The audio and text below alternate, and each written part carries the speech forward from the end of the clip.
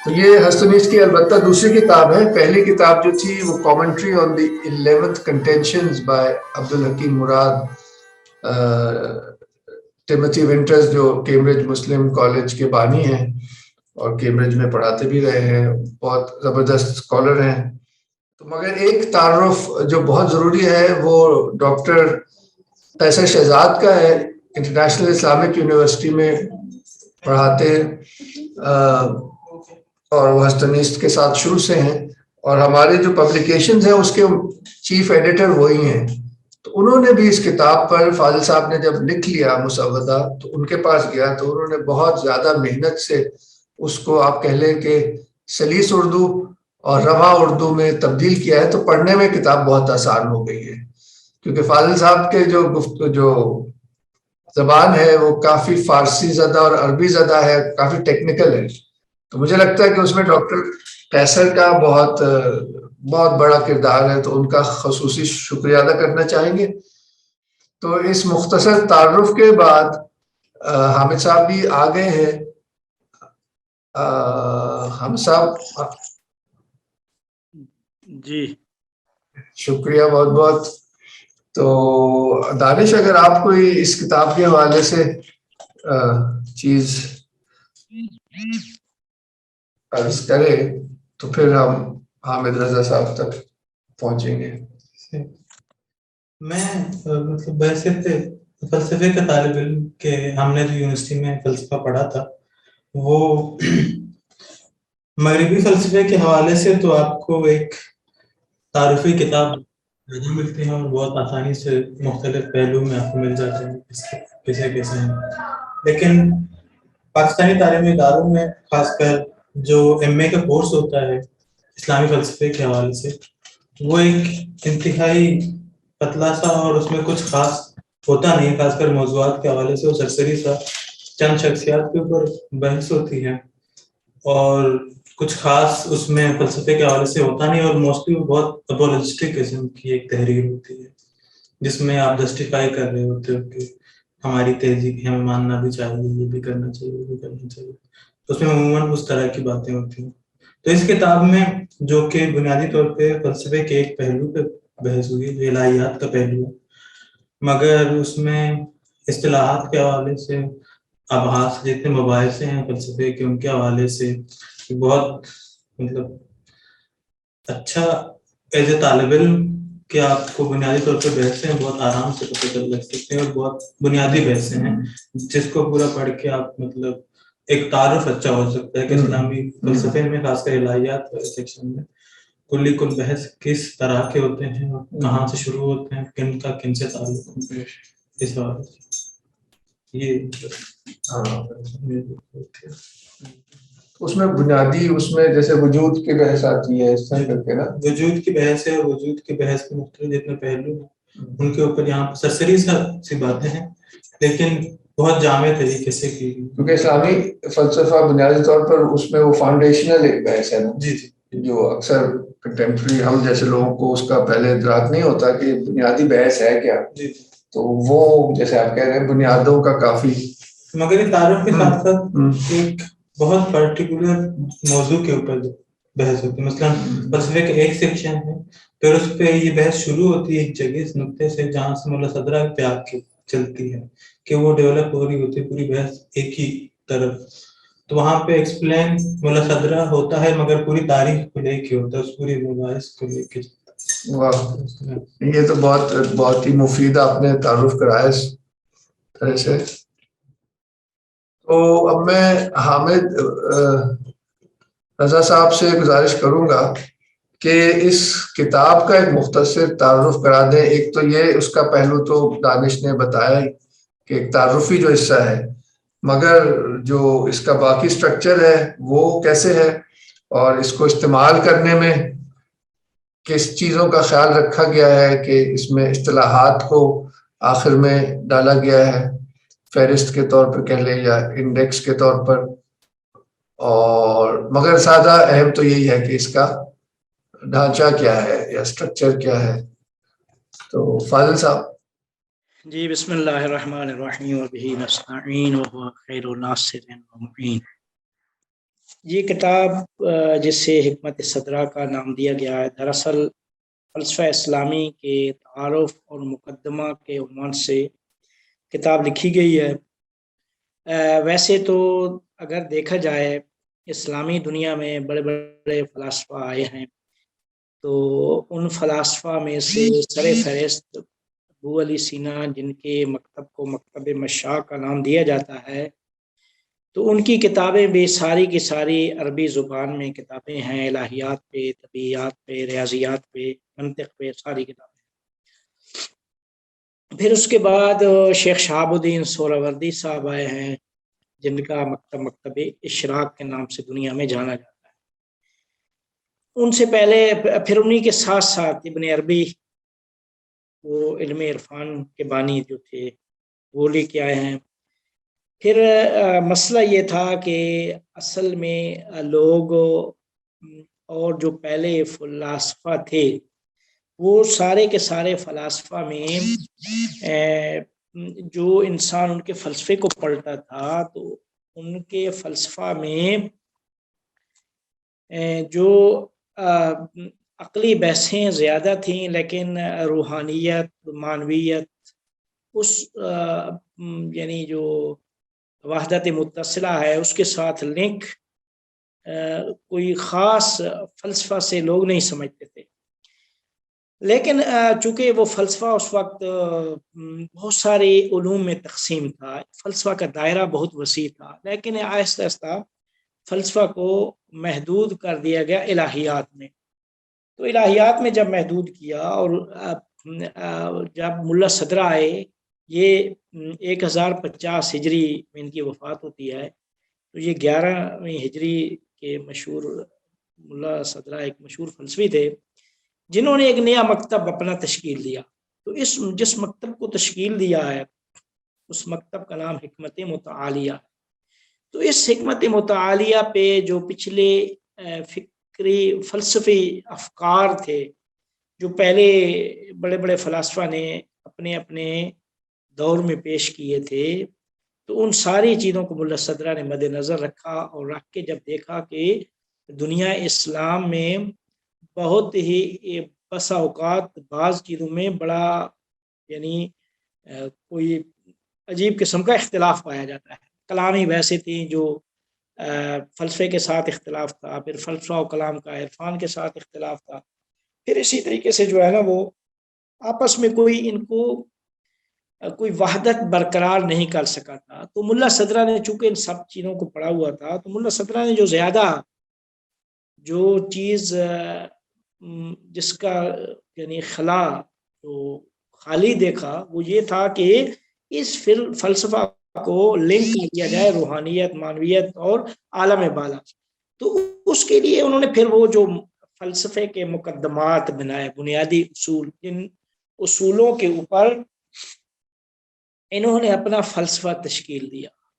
وہ کچھ بنیادی اصول تھے، جن میں پہلی اصل یہ تھی کہ سارے کے سارے عالم کو وجود میں تبدیل کر دیا۔ تو اصالت وجود کی بحث یہاں سے لے کے آئے کہ حقیقت واحد ہے اور وہ وجود ہے۔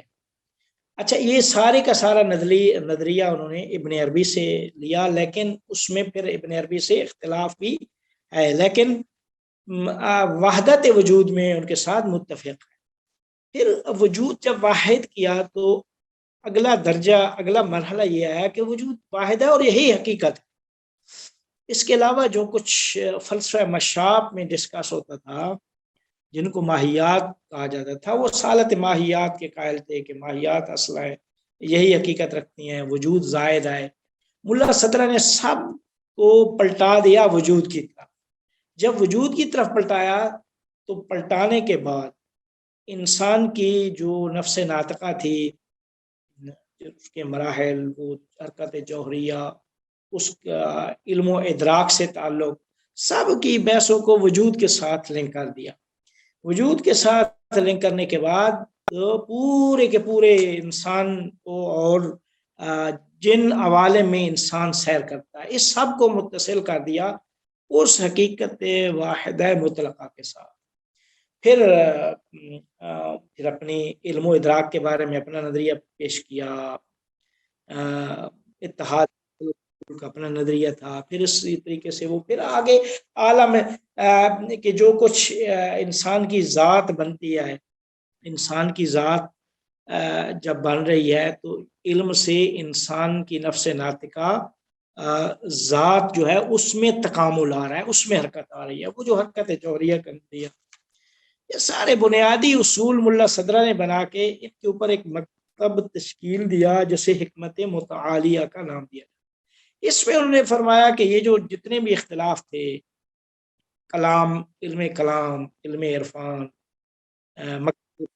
مکتب اشراق، ان کے درمیان جو اختلافات تھے وہ میرے نظریہ میں، میرے حکمت متعالیہ میں آ کے حل ہو جاتے. حل اس طرح ہو جاتے ہیں کہ انہوں نے چونکہ سب چیزوں کو لنک کیا اس وحدت متصلہ سے، وحدت مطلقہ سے، تو فرمایا کہ وہ عقل المنور بنور اللہ، جو اللہ کے نور سے منور ہے، المؤید بتعید اللہ، وہ عقل وہی کچھ کہتی ہے جو علم عرفان میں جو کشف و شہود جہاں تک پہنچتا ہے، وہی وحی، اسی کا درجہ ایک وحی و الہام ہے. تو وحی و الہام نے بھی جو کچھ کہا ہے وہ اس عقلی فلسفہ سے کوئی اس کی یعنی اس کی وحدت ہے اور وہی کچھ کہا.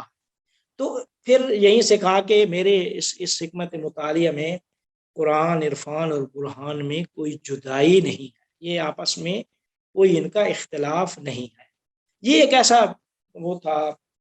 اور پھر اس پورے کے پورے فلسفے کے جو مسائل تھے جو پورے اس علم میں ڈسکس ہوئے، سب کو انہوں نے عرفاء کے اس 4 عرفانی اسفار سے لیا. وہ سفر جو روحانی سفر آتے ہیں ان سے لے کر پوری کی پوری حکمت متعالیہ پہ الاسفار الاربع، 4 سفر، وہ 4 عقلی سفر، عرفانی سفر کو مد نظر رکھ کر 4 عقلی سفر بیان کیے، اور ان 4 عقلی سفروں پہ پورے کا پورا فلسفہ اور حکمت متعالیہ لا کھڑا کر دیا. تو وہ 4 سفر مخلوق سے خدا تک، خدا سے خدا تک، خدا سے مخلوق، پھر مخلوق میں خدا کے ساتھ سفر، یہ 4 سفر ہیں. ان 4 یہ عرفاء کے عرفانی روحانی سفر ہوتے تھے، مانوی سفر. ملا صدرہ نے فرمایا کہ یہ میں اب عقلی، وہ عقل جو المنور بے، میں اس عقل سے وہ سفر کرتا ہوں. وہ عقلی اسفار جب کیے تو پہلے سفر میں کہ مخلوقات سے خدا تک، وہ پورے الہیات عامہ کا نام دیا کہ مخلوقات سے خدا تک جو پہنچنا ہے. تو اس میں وجود کی بحث کی، اصالت وجود و ماہیت کی بحث کی، علم و ادراک کی گفتگو ہوئی، علت و معلول، وحدت و کثرت، جوہر و عرض، یہ ساری بحثیں جو خدا تک پہنچنے سے، خدا تک پہنچنے کا مقدمہ ہے، توحید شناسی، خدا شناسی کا مقدمہ ہے، ان کو نام دیا الہیات کا، امور عامہ کا، الہیات عام یا امور عامہ کا نام دیا. پھر خدا سے خدا میں سفر، وہ الہیات خاص کی بحث شروع کی، وہ اللہ کے اسماء اور صفات کی بحث وہاں پہ شروع کی، صفات کی قسمیں، اسماء الہیہ، یہ ساری بحث کی. یہ ایک پوری کی پوری جلدیں لکھ ڈالی. پھر جب تیسرا سفر شروع کیا عقلی، خدا سے مخلوق تک، تو اس میں ملا صدرہ نے تمام عوالم کلیہ، عالم عقل، عالم مثال، عالم مادہ، ان کے اوپر گفتگو کی. کیوں کہ جب اوپر سے نیچے تک سفر ہوتا ہے اللہ سے مخلوقات تک، تو وہ نظام تخلیق، نظام خلقت شروع ہوتا ہے. تو نظام خلقت میں اللہ تعالیٰ کا فعل الہی، پہلا فعل الہی عالم عقل ہے. اس عالم عقل سے پھر آگے عالم مثال اور عالم مادہ اور ان عوالم پہ گفتگو. تیسرے سفر میں عوالم پہ گفتگو اور پوری فلسفی بحث اس کے اوپر بنیاد. پھر چوتھے سفر میں جب انسان تک سفر ہے خدا کے ساتھ، اس میں وہ معاد شناسی، خدا جو قیامت کے دن کس طریقے سے ہم نے پلٹنا ہے. تو چونکہ جو اوپر سے نیچے ہمارا سفر تھا، اب ہمارا نیچے سے اوپر جانا ہے. ہم نے اب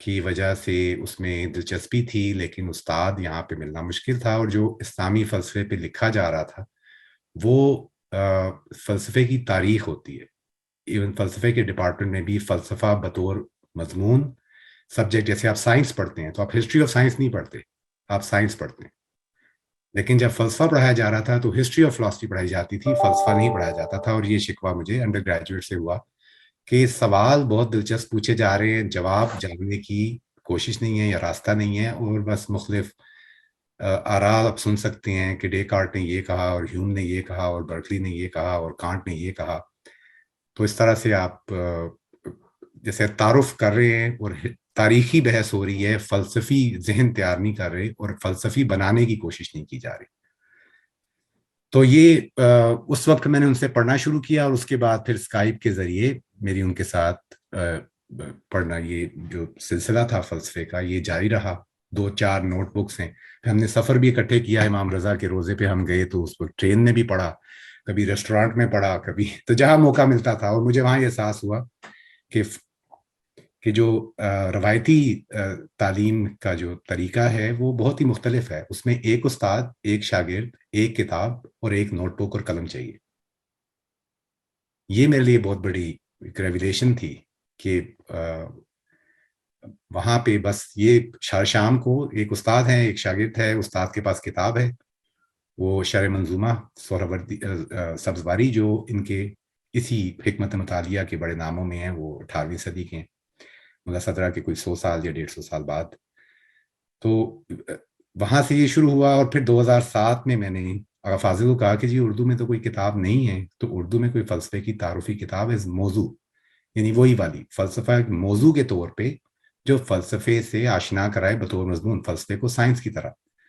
ہسٹری آف فلاسفی کی بہت ساری کتابیں موجود ہیں، ایم شریف کی کتاب ہے، اس کے بعد سعید شیخ صاحب کی کتاب ہے. History of philosophy, Islamic philosophy ملتی ہے، لیکن اسلامی فلسفہ جس کی ایک لیونگ ٹریڈیشن ہے، جو روایت اس وقت بھی موجود ہے، اس کو نہ ہم جانتے ہیں، نہ اس کو بطور موضوع پہچانا جانا گیا ہے. تو یہاں سے بات شروع ہوئی. اور اب مذاق یہ ہے کہ 7 سال انہیں لکھنے میں لگی، 7 سال چھپنے میں لگی، 7 سال اب پڑھنے میں لگے گی، اور پھر 7 سال سمجھنے میں لگے گی. تو 49 سال کتنے ہو گئے؟ یہ 28 سالوں کا پروجیکٹ ہے. تو امید ہے کہ اب یہ تیسرا دور شروع ہو گیا. یہ 4 اسفار ہیں، تو 2 اسفار مکمل ہو گئے، ابھی 2 اسفار آ رہے ہیں اس کتاب کے، دیکھتے ہیں ان کے ساتھ کیا ہوتا ہے. میں کچھ چھوٹی کچھ 2-4 چیزیں ہیں جو کہنا چاہوں گا، جو میرا خیال ہے کہ اہم ہیں. سب سے اہم چیز یہ ہے کہ فلسفہ پڑھنے کی ضرورت کیا ہے اور اہمیت کیا ہے. یہ میرا خیال ہے سب سے اہم سوال ہے.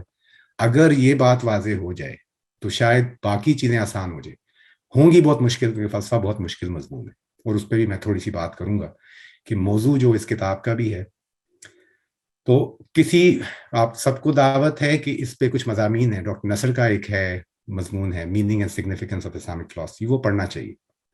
سب سے پہلے جب تک موضوع کی اہمیت نہیں پتہ، اس میں کیا ایسی خاص بات ہے، ایسا کیا فلسفہ پڑھنے سے کیا تبدیل ہو جائے گا. فلسفہ ورنہ اتنا مشکل موضوع، کوئی سائنس میتھمیٹکس پڑھنا شروع کر دے، بڑی محنت لگتی ہے، وہ کیوں پڑھ رہے ہیں؟ میتھمیٹکس پڑھنے سے حاصل کیا ہوگا؟ تو کسی لیول پہ اس بحث کی ضرورت ہے. تو اسلامی فلسفہ کیوں پڑھا جائے؟ اب یہاں پہ میں بہت بنیادی بات کرنے جا رہا ہوں کہ اسلامی فلسفے کا براہ راست تعلق ہے حقیقت کی شناسی سے، حقیقت شناسی سے، اور وہ ان لوگوں کے لیے ہے جو حقیقت کے متلاشی ہیں. اب بطور مسلمان، میں اسیوم کر رہا ہوں ہم مسلمان ہیں، اگر ہم مسلمان ہیں تو ہمیں حقیقت کی تلاش کیوں ہو؟ اس کا تعلق بہت بیسک فاؤنڈیشن لیول پہ، بہت بنیادی طور پہ وہ شہادت سے. ہم شہادت دیں. اب یہ دیکھیں جملہ کہ اشہد ان لا الہ الا اللہ، میں گواہی دیتا ہوں. آپ ذرا گواہی سوچیں جو کورٹ میں دی جاتی ہے. کورٹ میں گواہی دیتا ہے جو بندہ دیکھ کے آیا، جو حاضر تھا. ہم لا الہ پہ بہت بات کر رہے ہیں، لا الہ الا اللہ. اشہد ان پہ بات نہیں ہو رہی. یہ اشہدو کیا ہے؟ میں گواہی دیتا ہوں، میں شہادت دیتا ہوں. ہمیں شہادت دینی، اور شہید بھی وہیں سے آیا ہے. شہید کا معنی مر جانا نہیں ہے، شہید کا معنی ہے گواہی دینے والا. تو جو شہادت کرتے ہیں وہ گواہی دیتے ہیں، تو ان کی شہادت، قربانی جو ہے وہ گواہی ہے. تو گواہی کس بات کی دے رہے ہیں؟ No god but God. This is not a statement of belief. یہ نہیں کہہ رہا میں ایمان رکھتا ہوں، عقیدہ رکھتا ہوں. میں شہادت دے رہا ہوں کہ نہیں ہے کوئی ذات، کوئی خدا مگر خدا اللہ تعالیٰ. اس شہادت کو دینے کا کہ بہت سارے طریقے نکلے اسلامی روایت میں, تصوف بھی اس کے اندر سے آئی. اس میں کچھ لوگ جو عقلی فکری طور پر اس شہادت کو دینے گئے, اس کو سمجھنے بھی گئے, وہاں سے فلسفے کی روایت ہے. اس لیے جو لوگ سمجھتے ہیں کہ سیکولر فلاسفی, ابن سینا اگر سیکولر فلاسفی کر رہے تھے, وہی بات سمجھ نہیں پائے کہ یہ it's a very religious act. Intellectual struggle جو انہوں نے کی اور جس کی ان کی آٹوبایوگرافی موجود ہے, ان کم مسلمان مفکرین میں ہیں جن کی سوانح حیات انہوں نے خود لکھی اور پھر ان کے ایک شاگرد نے لکھی. پہلا حصہ ان کے اپنے ہاتھوں سے لکھا ہوا ہے, دوسرا حصہ ان کے شاگرد نے لکھا. آپ صرف وہ پڑھیں اور دیکھیں ان کی تگ و دو کتنی ہے. وہ جا کے رات کو جب ان کو مسائل ہوتے تھے, مسئلہ سمجھ نہیں آتا تھا, تو مسجد میں جا کے نماز پڑھ کے تو پھر دعائیں کرتے تھے, اور پھر خواب میں ان کو ان کے فلسفی مسئلے کا حل آتا تھا. یہ ان کی آٹوبایوگرافی میں بائی دی وے. اب وہ صرف فلسفہ کر رہے تھے یا وہ کیا کر رہے تھے؟ اچھا, جہاں تک زبان کا تعلق ہے, فلسفے کی جو بنیادی کیٹیگریز ہیں اور ٹرمینالوجی ہے وہ آئی ہے گریک سے, اور یہ ترجمے کی موومنٹ ہے. تو جو ہمارے پاس جتنی جو مثلاً ابھی بھی آغا فاضل بول رہے ہیں فلاسفہ, یہ فلاسفہ عربی کا لفظ ہی نہیں ہے, یہ تو گریک کا لفظ ہے. فلسفی, اب اس کی ایٹمالوجی پہ جائیں, لینگویج کی ایٹمالوجی پہ. فلسفی گریک لینگویج میں اس کا کیا مطلب ہے؟ فائلو صوفیہ, صوفیہ مانی حکمت. آپ دیکھیں ان کی کتاب کا ٹائٹل ہے حکمت. Philosophia, love of wisdom. یہ بات فلسفہ ڈپارٹمنٹ, انالیٹیکل فلاسفی کے ڈپارٹمنٹ والے بھی بھول چکے ہیں. Philosopher is first and foremost a true lover of wisdom. اب وزڈم کی کیٹیگری تو ان کو پتہ بھی نہیں رہی, انالیٹیکل فلاسفی سے بالکل غائب ہو چکا ہے کہ حکمت سے کیا مراد ہے. اور اب اس کی قرآنک روٹ دیکھیں, اگر آپ نے کہا فلسفہ آ تو گریک سے رہا ہے. صوفیہ, گاڈس صوفیہ بھی کہی جاتی تھی. Sophia was a goddess of wisdom. تو وزڈم, لو آف وزڈم فلسفہ ہے. اور اب وزڈم کی بات پھر قرآن پہ پلٹیں تو ایٹ لیسٹ 4 آیات, 3 یا 4 دفعہ تو یہ ہے یعلمہ الکتاب والحکمہ. نبی آئے یزکیہم ویعلمہ الکتاب والحکمہ, کتاب کا علم دیتے ہیں اور حکمت کا علم دیتے ہیں. اور مجھے یاد ہے جب میں آغاز فاضل سے پڑھ رہا تھا تو میں نے کہا یہ جب حکمت کہتے ہیں تو حکمت سے کیا مراد ہے؟ تو انہوں نے کہا کہ یہ جو فلسفی ہیں ملا صدر اور کمپنی, یہ سمجھتے ہیں حکمت المطالعہ وہ حکمت ہے جو قرآن میں جس کا ذکر کیا گیا ہے. تو یہ قرآنکلی روٹڈ.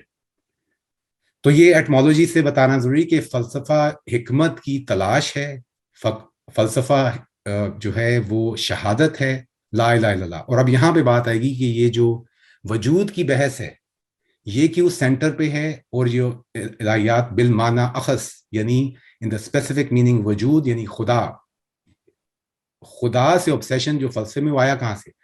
جو گریک فلاسفی ہے اس میں تو, اور گریک ریلیجن میں بہت سارے خدا تھے. وہ جب ٹرانسلیٹ کیا گیا, چاہے یہودیوں نے کیا, عیسائیوں نے, مسلمانوں نے, تو وہاں بحث یہ ہوئی کہ یہاں تو ایک خدا ہے, اور اگر ایک خدا ہے تو ایک خدا اور اس فلاسفی کو ریکنسائل کیسے کیا جائے؟ اس لیے جو پہلی ڈسٹنکشن ابن سینا نے کی وہ اس سے پہلے گریک فلسفے میں ارسطو کے ہاں موجود نہیں تھی. ارسطو میں جو خدا کا تصور ہے وہ پہلی علت کا ہے. علتوں کی دنیا ہے, ہر چیز علت, علت سے مراد کازیشن, ہر چیز کی کوئی کاز ہے. تو کازیشن کے پیچھے, سب علتوں کے پیچھے جو علت العلول جو کہیں کہ دی الٹیمیٹ علت, فرسٹ علت, علت الاولا, اس کو خدا کا نام دیا. لیکن جب آپ آتے ہیں ابن سینا کی طرف تو ابن سینا نے واجب الوجود اور ممکن الوجود میں تمام موجودات کو ڈیوائیڈ کر دیا. واجب الوجود صرف خدا کی ذات ہے, باقی سب ممکن الوجود سے, یعنی باقی سب ہست اور نیست کے بیچ میں. صرف خدا کی ذات ٹرولی ہست ہے, صحیح معنوں میں صرف وہ ہستی ہے, وہی ہست ہے. باقی سب ہست و نیست کے درمیان ہے. وہ نیست سے ہست میں آتا ہے اور ہست سے نیست میں چلا جاتا ہے. ہم سب زندگی پیدا ہوئے پھر مر جائیں گے. کائنات کی ہر چیز وہ ختم ہو جانے والی ہے. تو یہ واجب الوجود ممکن الوجود کی بحث. اب پھر اس سے پہلے سوال ہے کہ وجود کی بحث سب سے بڑی بحث کیوں ہے؟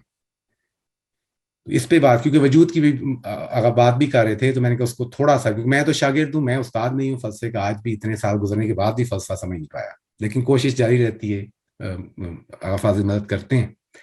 تو وہ یہ ہے کہ اب غور سے ذرا سنیے گا, یہ زبان کے ساتھ فلسفے کا کیا تعلق ہے, اور میں آخر میں زبان پہ ہی ختم کرنا چاہوں گا. کہ ترجمے کے مسائل کیا ہیں فلسفے کے، کیونکہ یہ ترجمہ ہوا تھا گریک سے انٹو عربک، عربک سے پرشین گیا، پرشین سے اب یہ اردو میں آیا ہے. اب ایک ترجمے میں جو مسائل آتے ہیں وہ کیسے، اس کا کیا کرنا ہے آج کی دنیا میں، کیونکہ ایک نئے سوال اٹھتے ہیں زبان کے لیول پہ. جب انگریزی ہماری لینگویج ہو چکی ہے تو اس کے مسائل ہیں بہت گہرے کہ اب ترجمہ کیسے کیا جائے اس روایت کا انٹو انگلش لینگویج. تو وجود کی میں واپس پلٹتا ہوں، وجود کی بحث بہت ہی اہم ہے. اب اگر ابھی تک آپ توجہ نہیں کر رہے تو آپ کوشش کریں کہ توجہ کر لیں. 5 منٹ یہ سب سے شاید اہم بات ہے اگر میں صحیح طرح سمجھا پایا. بحث یہ ہے کہ آپ جب میں کوئی بھی جملہ بولتا ہوں تو میں کہتا ہوں تیمور صاحب بیٹھے ہیں، کہتا ہوں تیمور صاحب آپ کیا کر رہے ہیں. ہم نے آپ کیا کر رہے سنائی دے رہا ہے سنائی نہیں دے رہا. یہ کیا پڑھا ہے، یہ کیا پڑھا ہے. میں دیکھوں گا اچھا یہ کچھ پڑھا ہوا ہے، میں سن نہیں رہا، پڑھا ہے. یہ ہونا کیا چیز ہے. خدا ہے، انبیاء ہیں، ملائکہ ہیں، جانور ہیں، یہ سب کچھ ہیں کہ اندر ہے ہمیشہ ہے. یہ ہماری زبان میں، عربی میں نہیں ہے، گریک میں بھی تھا، انگریزی میں بھی، لیٹن میں بھی تھا. جسی کو کہتے ہیں ایگزسٹنس. آپ کوئی جملہ بولتا ہوں تو میں ایگزسٹنس بول رہا ہوں. وجود میرے زبان کے اندر چھپا ہوا ہے، مضمر ہے، زبان کے پیچھے چھپا ہوا ہے چیزوں کا ہونا، یعنی ہستی. ہر چیز ہے، اس لیے ہر چیز ہے، اس لیے وجود کا دائرہ جو ہے وہ کمپریہنسو ہے. اس میں ابن سینا نے آ کے ڈیوائڈ کر دیا اور نے کہا کچھ واجب، ایک واجب الوجود ہے، باقی سب ممکن الوجود ہے. یہ ہے پڑھا ہے اور نہیں پڑھا ہوگا، یہ شخص ہے اور نہیں ہے. یہ ہونا جو ہے، ہونا وہ موسٹ فنڈامنٹل کیٹیگری ہے جس میں ہر وجود، ہر موجود پارٹیسپیٹ کر رہا ہے. اس لیے ہونے کو کیسے سمجھے، یہ ہونا کیا ہوتا ہے. میں ہوں، آپ ہیں، ملائکہ ہیں، یہ ہیں کیا چیز ہے. تو یہ موسٹ فاؤنڈیشنل ڈسکشن ہے. نہ یہ فزکس کی ہے، نہ یہ کیمسٹری کی ہے، نہ یہ بایولوجی کی ہے. وہ کچھ موجودات کو دیکھ رہے ہیں. بایولوجی موجودات کو دیکھ رہی ہے خاص طرح. تو اب آپ سائنسز کو ڈیوائڈ کر سکتے ہیں، علوم کو ڈیوائڈ کر سکتے ہیں کہ وہ وجود کے کس پہلو کی طرف متوجہ ہے. فلسفہ ہونے کی طرف متوجہ ہے، اور وہ کہہ رہا ہے کہ موسٹ فاؤنڈیشنل ریالٹی ہے وجود. آپ کی زبان بتا رہی ہے کہ ہے، ہر کچھ ہے، اور ہونے نہ ہونے کی ساری بحث ہے. تو فلسفہ وجود کو اس لیے بحث بناتا ہے. لیکن جب اگر آپ نے اتنا فنڈامنٹل ایشو اٹھانا ہے تو پھر تگ و دو بھی زیادہ ہے، محنت بھی زیادہ ہے، ڈیڈیکیشن بھی زیادہ ہے. اور صرف حقیقت کے متلاشی جو لورز آف وزڈم ہیں ان کو اس کویسٹ پہ جانا چاہیے. باقی لوگوں کو فکر نہیں کرنی چاہیے، وہ اپنا جو بھی ہے کھاؤ پیو کے اس کو پروگرام کر سکتے. لیکن جو حقیقت کا متلاشی ہے اس کو فلسفہ اس کے لیے بہت اہم ہے اور بہت ہی یعنی اس کے لیے بہت بڑی ریسورس ہے اسلامی فلسفے کی روایت. تو یہ تو یہاں تک آ گیا. یہ کیسے پڑھا جائے، اس لیے میں نے کہا کہ کیسے پڑھا جائے میں یہ ایٹیٹیوڈ جب تک نہیں ہے اور حقیقت کی تلاش جب تک ڈرائیو نہیں کر رہی مجھے تو باقی بات بنتی نہیں ہے. باقی وہی ہے جیسے فزکس پڑھی ہے ہم نے، کیمسٹری پڑھیں گے، میتھمیٹکس، جو بھی سبجیکٹ پڑھا ہے اس میں محنت لگتی ہے، مشکل سبجیکٹ پڑھے ہوئے ہیں ہم نے. یہ فلسفے کی بحث ہے اور یہ سٹیکس ہیں فلسفے کی بحث میں کہ یہ حقیقت کو تلاش کرنے کی جستجو ہے. حقیقت تلاش کر رہے ہیں، اس کے لیے تگ و دو کرنا، یہ ہے فلسفے کا. اور اس میں ذہن جو خدا نے جو ذہنی، جس میں مختلف ٹرمز ہیں، جو قوتیں خدا نے ہمیں ودیت کی ہیں ان کا استعمال کرنا. جتنی فیکلٹیز آف نوئنگ ہے ان کو بھی سمجھنا کہ جانا کیسے جا سکتا ہے، اور جانا جس کو اپسٹمولوجی کہتے ہیں انگریزی میں، کہ علم کی بحث، علم کیسے حاصل کیا جائے، علم حاصل کرنے کے لیے ہمارے پاس کون کون سی کیپیسٹیز ہیں، ان کی رسائی کہاں تک ہے، وغیرہ وغیرہ. تو یہ سارے موضوعات تو وہ بھی بحث میں آتے ہیں. اور پھر فلسفہ غریبت اخلاق کی طرف بھی بحث کرتا ہے اور بھی بہت سارے موضوعات پہ بحث کرتا ہے. فلاسفی آف، یہ جو ایک نئی چیز چلی ہے، philosophy of this and philosophy of that. اب فلاسفی آف اسپورٹ پڑھائی جاتی ہے، فلاسفی آف دس، بہت سارے کورسز ہوتے ہیں. فلاسفی آف فلم، ہر چیز کی فلاسفی آف. یہ فلاسفی آف نہیں ہے. جو فلسفے کی بحث ہے وہ وجود کی بحث ہے. اسلامی فلسفے کی جو اب روایت جہاں پہ آئی ہے اس میں وجود کی بحث سینٹر سٹیج دے گی. یہاں تک ہو گیا. اور اب آخری بات ترجمے کے مسائل کی میں بات کر رہا تھا، میں نے 3 سال پہلے یا 4 سال پہلے جو پیش لفظ ہے وہ لکھا تھا. اب وقت گزر گیا، اگر مجھے آج لکھنا پڑتا، پہلی چیز یہ کہ آغا نے مجھے فورس کیا تھا کہ لکھو، میں نے اردو میں کبھی لکھا نہیں، اور کیسر شہزاد صاحب نے اس کی کافی اچھا خاصا اس کا قیمہ بھی کیا تھوڑا بہت اپنے انداز سے. تو جانے دینا پڑتا ہے، ایڈیٹر وہ ہیں تو میں کیا کر سکتا ہوں. لیکن وہ اس میں ایک چیز ہے جو میں اب 3 سال اگر مجھے آج دیتے میں اس کو کریکٹ کرتا. میں نے کہا کہ اس کی انگریزی اگر اصطلاحات کا گلوسری ہو تو وہ اچھی چیز ہے. میرے خیال میں وہ بات غلط ہے. اب میں اس نتیجے پہ پہنچا ہوں کہ انگریزی زبان اس حد تک ڈکے کر چکی ہے کہ اس کے اندر چیزوں کو ترجمہ کرنا یا فلسفے کو انگریزی میں سمجھنے کی کوشش کرنا وہ بہت ہی خطرناک کام ہے. ہمارے لیے بہت زیادہ ضروری ہے کہ ہم اپنی زبان اردو کا فارسی سے اور عربی سے جو تعلق ہے ہمیں روٹیڈ کرنا ہے، اور انگریزی زبان روٹیڈ نہیں رہی. اس کی اتنی مثالیں ہیں کہ آپ کچھ نہیں تو جس کمپیوٹر پہ آپ بیٹھے ہیں آپ کہہ رہے ہیں ونڈوز، آپ کہہ رہے ہیں آئیکن، آپ سکرول کر رہے ہیں، آپ ڈیلیٹ دباتے ہیں اور انٹر کرتے ہیں، اسکیپ کیز دباتے ہیں. یہ صرف ابھی جدھر آپ بیٹھے ہیں میں صرف اس کی بات کر رہا ہوں کہ یہ لینگویج ہے ہمارے پاس سیلیبریٹیز ہیں وہ بھی آئیکونس کہلاتے ہیں. یہ انگریزی کی زبان میں یہ سب انگریزی میں ہو رہا ہے. ان میں سے کوئی لفظ اپنے اصلی معنی اور اس کی حقیقت کی طرف نہیں ہے. میں نے کہا لینگویج وجود اس لیے ہے کہ ہونا آپ کی زبان میں تھا، ہونے کو آپ ایکسپلور کرنے گئے تو آپ وجود پہ چلے گئے، منطق پڑھی، پھر سمجھنے کی کوشش کی. تو زبان ونڈو تھی for the reality, vehicle for accessing reality. اب زبان دیوار بن چکی ہے، اٹس اے وال. وہ روک رہی ہے حقیقت، کیونکہ وہ دلچسپی نہیں ہے اس کی حقیقت میں. میں جس چیز کو جو کہنا چاہوں میں کہہ دیتا ہوں. Sharing is caring. کسی نے شیئرنگ کی ایٹمالوجی نہیں دیکھی، کیئرنگ کی ایٹمالوجی نہیں دیکھی، جا کے دیکھ لیں. اور یہ آپ صرف اپنے آس پاس دیکھیں. انگریزی میں جو ہم جملے بول رہے ہیں وہ انگریزی اپ روٹڈ لینگویج ہے، وہ اپنی روٹ سے ہٹ کے یہ اپنی ایٹمالوجیز پہ نہیں ہے. ہمارے پاس بہت بڑا علمی اور دینی ورثہ ہے کہ قرآن کی وجہ سے عربی زبان ایبسولوٹلی روٹڈ ہے آج بھی، اور آپ ریکور کر سکتے ہیں. ٹھیک ہے، تو آپ کے پاس فورمز ہیں، سلیک، فیس بک میں نہ فیس ہے نہ بک ہے، لیکن وہ فیس بک ہے. آپ ٹویٹ کر رہے ہیں، ٹویٹ یہ پرندوں کی آواز ہے. آپ پرندے کب ہوئے؟ لیکن یہ منطق و طیر کے پرندے نہیں ہیں، یہ کوئی اور پرندے ہیں جو گالیاں بکتے ہیں جا کے ٹویٹر کے اوپر یا شور شرابہ ڈالتے ہیں.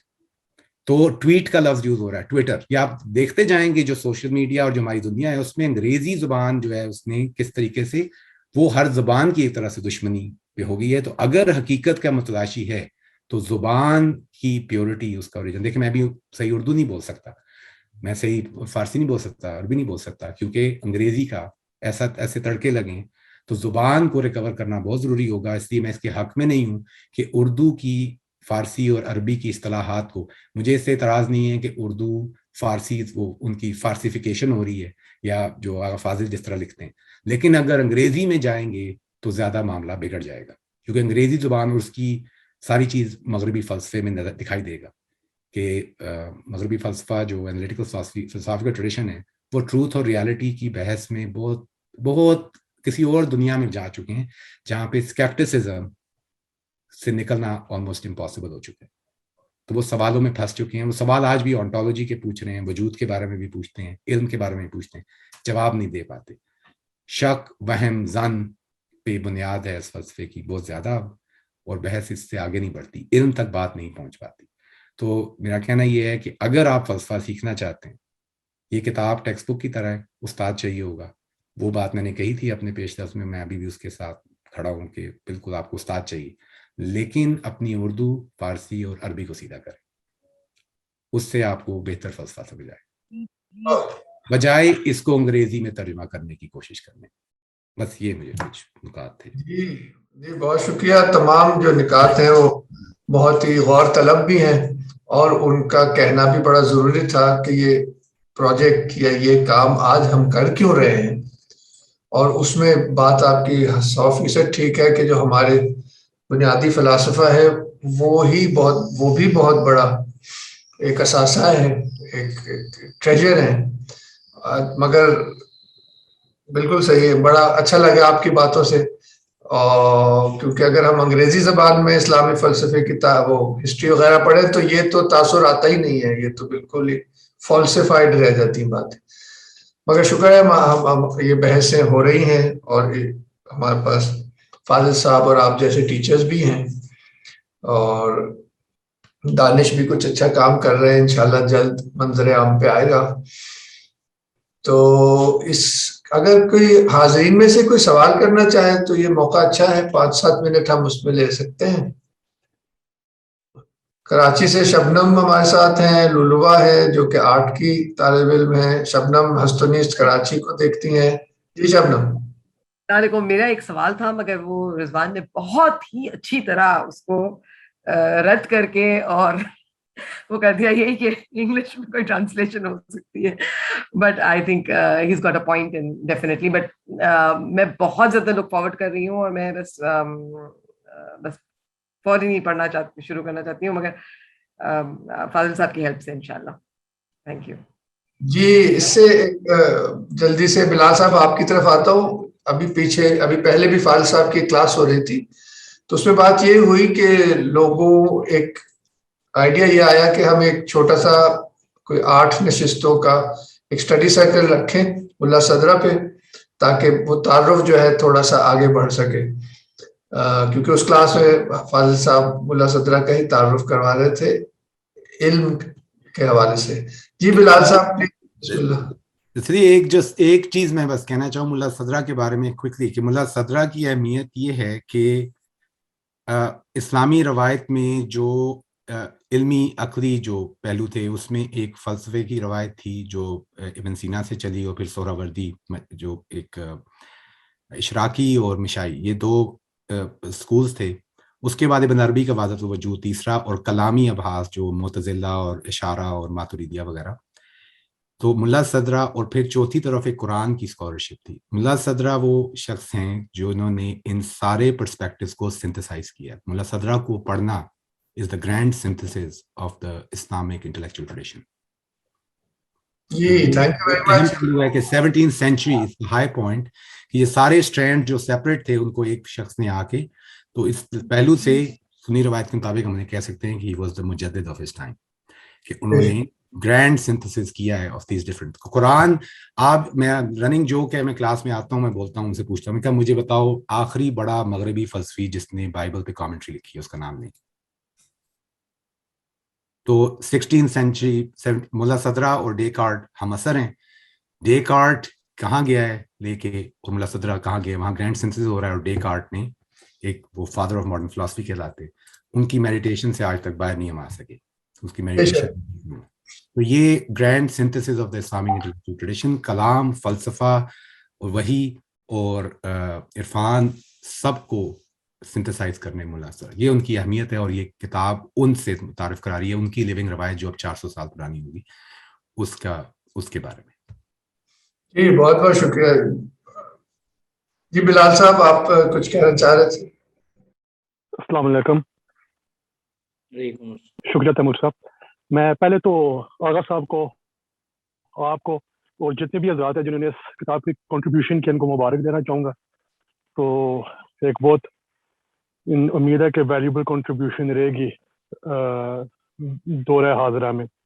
لیکن کچھ جو رضوان صاحب نے کامنٹس کیے تھے میں ان کو ایکو کرنا چاہوں گا کہ مجھے یاد ہے جب میرا فلسفے کی طرف دلچسپی پہلے پیدا ہوئی تو وہ اس کی ایٹیمالوجی دیکھ کے مجھے اس کی طرف دلچسپی پیدا ہوئی. لیکن جب میں اپنے ارد گرد دیکھ رہا تھا جتنے بھی ویسٹرن فلسفی پڑھانے والے تھے, جب میں ان کی طرف مائل ہوا, جب ان کی طرف میں نے پیش رفت کی, تو مجھے یہ امید تھی کہ جو میں ڈھونڈ رہا تھا وہ مجھے ملے گا, یعنی کہ ایک ان کے اندر ایک سکینہ پاؤں گا اور میں بھی ان سے کچھ سیکھنے کا موقع ملے گا. لیکن اس کے برعکس میں نے دیکھا کہ جس نے جتنی فلسفہ پڑھی ہوئی تھی وہ اتنا ہی الجھا ہوا تھا. تو جب وہ ویسٹرن فلسفی ٹریڈیشن تھی, پھر جب میں نے اسلامک فلسفی ٹریڈیشن کی طرف اپنا رخ کیا تو وہاں بھی مجھے مایوسی ہوئی کہ یا تو وہ ہسٹری آف اسلامک فلسفی کی بات کر رہے تھے یا پھر وہ اسلامک فلسفی کو ویسٹرن فلسفی کے فریم ورک میں